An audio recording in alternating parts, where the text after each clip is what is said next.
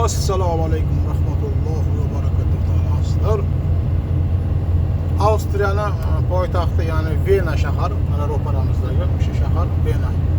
Aslida Avstriyaning poytaxti Vena.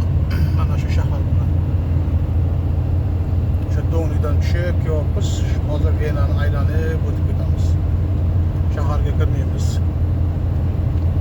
Shaharga kirmasdan yonidan Slovakiya mamlakatiga qarab o'tib ketamiz inshaalloh. Ammo yerga tuzni sepgan,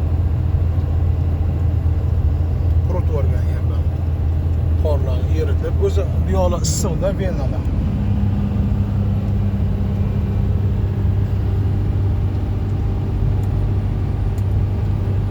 Mana shu asfalt ustida oqarib turibdi, mana shular tuz. Mana shu oldindagi shahar, pastdagi shahar Vena shahari hisoblanadi. Shu Avstriyaning poytaxti.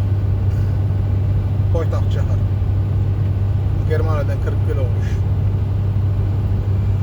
Mana shunaqa, xudo xolasa yana bir 100 kilometrdan keyin biz Slovakiya mamlakatiga qadam qo'yamiz azizlar. Xudo xolasa. 100 kilometrdan chiqmaydi, 90 kilometrdan keyin Slovakiya boshlanadi, 10 kilometr yana kiramiz ichkariga. Avstriyaning yonida Slovakiya.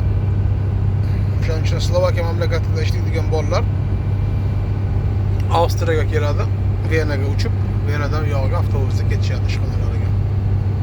Ma'lumot. Mana shunaqa. Shu pastdagi shahar Vena. Bular Vinni deyishar ekan. Vinni deb yozib qo'ygan. Vinni. Biz Vena deb qo'yamiz. Lekin shaharning ichiga kirmaganman. Chiroyli deyishadi. Biz aslida mana shu avtobanlar bilan atroflardan katta shaharlarni kesib o'tib ketamiz. Aylanib. Qor yoqqan bir hafta oldin bu joyda, keyin mana shu asfaltga, avtobanga tuz sevib chiqadi bular. Shu tuzni eritib avtobonni quritib yuboradi. Jonlar sog', umrlar uzun bo'lsin, barchaga yaxshi kayfiyat.